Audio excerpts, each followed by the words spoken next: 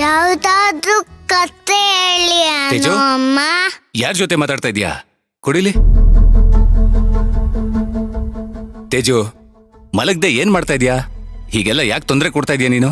ನಿದ್ದೆ ಬರ್ತಿಲ್ಲ ಅಪ್ಪ.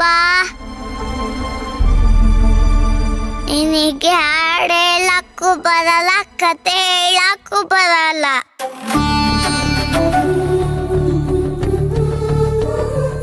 ಪಲ್ಲವಿ ಅವರೇ, ಐ ಆಮ್ ಸಾರಿ.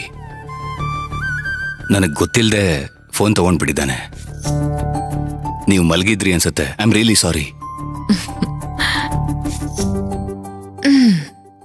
ಇಲ್ಲ, ಮಲಗಿರ್ಲಿಲ್ಲ.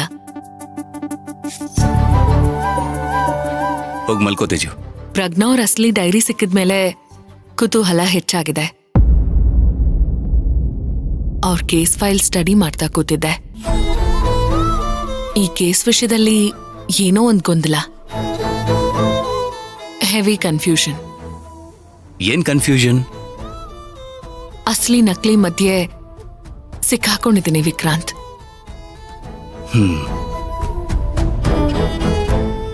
ಕೇಸ್ ವಿಷಯವಾಗಿ ಏನಾದ್ರೂ ತುಂಬಾ ಡಿಸ್ಟರ್ಬ್ ಆಗಿದ್ದೀರಾ?